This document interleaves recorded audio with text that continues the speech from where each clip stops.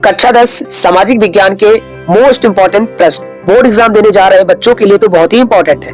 आपको करना क्या है कि कॉपी पेन साथ में लेकर बैठिएगा और जो मैं आपको एडिशनल जानकारी दूं, एक्स्ट्रा जानकारी दूं, उसको कॉपी में लिखते जाइएगा। पहले प्रश्न से शुरू करता हूं। पहला प्रश्न है कि निम्न में कौन सी संस्था वन्य जीव संरक्षण के लिए काम करती है? आंसर है आयुषियन। आंसर क्या है इसका?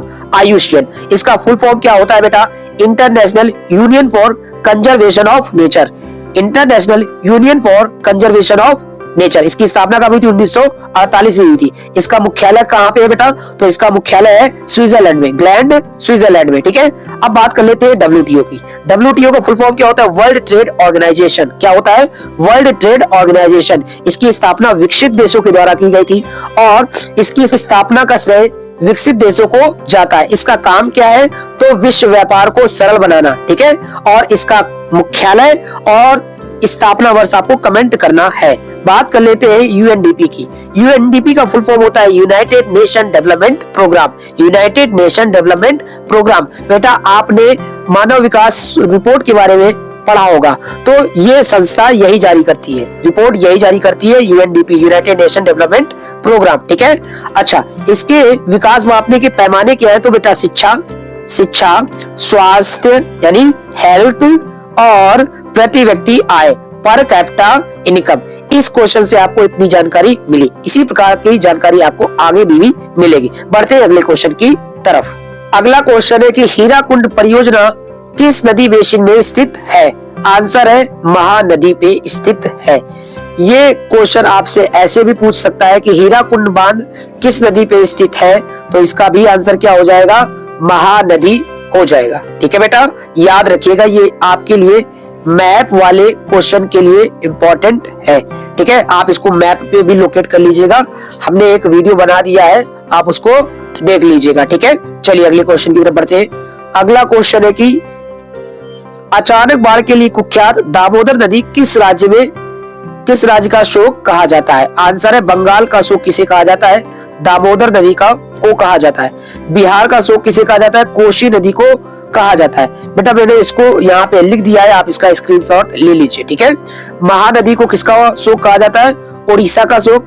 कोसी नदी को बिहार का शोक, दामोदर नदी को बंगाल का शोक कहा जाता है। अब आपको कमेंट करना है कि चीन का शोक किस नदी को कहा जाता है। ठीक है, आपको इस क्वेश्चन से इतनी जानकारी मिली।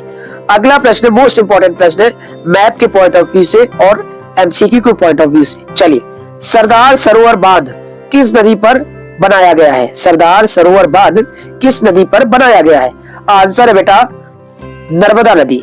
कहां पे? नर्मदा नदी पर सरदार सरोवर बांध बनाया गया। ठीक है, सरदार वल्लभ भाई पटेल जी के नाम पर।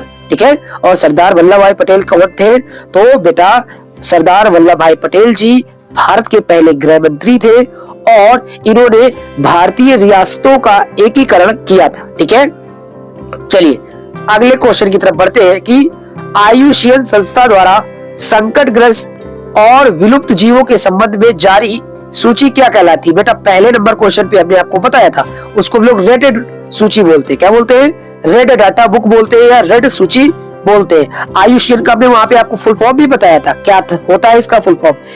इसका फुल फॉर्म होता है आईयूसीएन का international union for conservation of nature. ये इसका क्या होता है? फुल फॉर्म होता है। अच्छा चलिए, वहां पे मैंने आपको इसकी स्थापना वर्ष नहीं बताई थी, तो जो इसकी स्थापना हुई थी 1948 में हुई थी। और बेटा इसका जो मुख्यालय है, इसका मुख्यालय कहाँ पे है? स्विट्जरलैंड में। कहाँ पे? ग्लैंड स्विट्जरलैंड में। ठीक है बेटा, याद रखिएगा इतनी बातें। अगले प्रश्न की तरफ बढ़ते हैं कि निम्न में से किसे फ्रांस की क्रांति का अग्रदूत कहा जाता है? अगुआ किसे कहा जाता है? तो रूसो को कहा जाता है। किसे कहा जाता है? रूसो को। बेटा रूसो की एक रचना है सोशल कॉन्ट्रैक्ट। ठीक है, और फ्रांस की क्रांति कब हुई थी? 1789 में हुई थी। कब हुई थी? 1789 में हुई थी। ठीक है, और फ्रांस का से ही नेपोलियन का संबंध था। वर्तमान में फ्रांस एक विकसित राष्ट्र है। ठीक है, अर्नेस्ट रेनन का भी संबंध फ्रांस से ही था। ठीक है बेटा, फ्रेडरिक सोरियो का भी संबंध कहां से था? फ्रांस से ही था।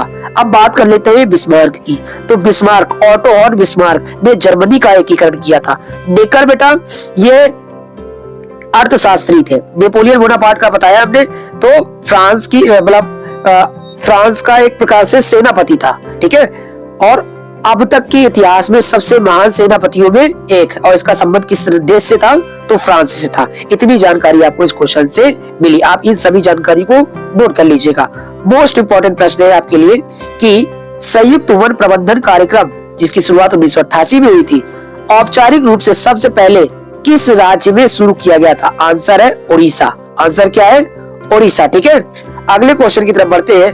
अगला क्वेश्चन है कि निम्न में से कौन सा जोड़ा सही नहीं है, ठीक है।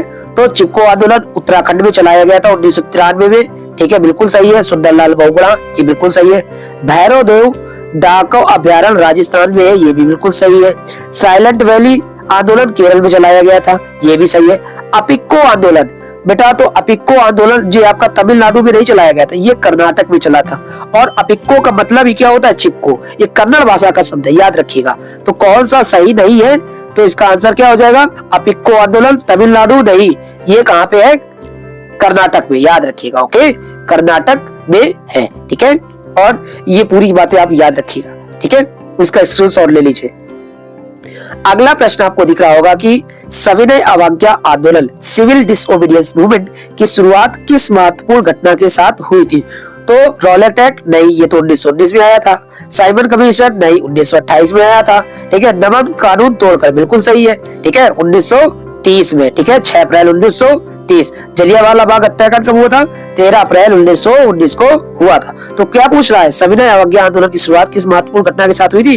तो नमक कानून को तोड़कर, ठीक है, दांडी नामक जो स्थान था वहां पर, ठीक है बेटा। और दांडी आपको मैप में भरने के लिए भी पूछ सकता है, तो याद रखिएगा गुजरात, ठीक है, गुजरात के तटीय क्षेत्र में आप भर दीजिएगा मैप में।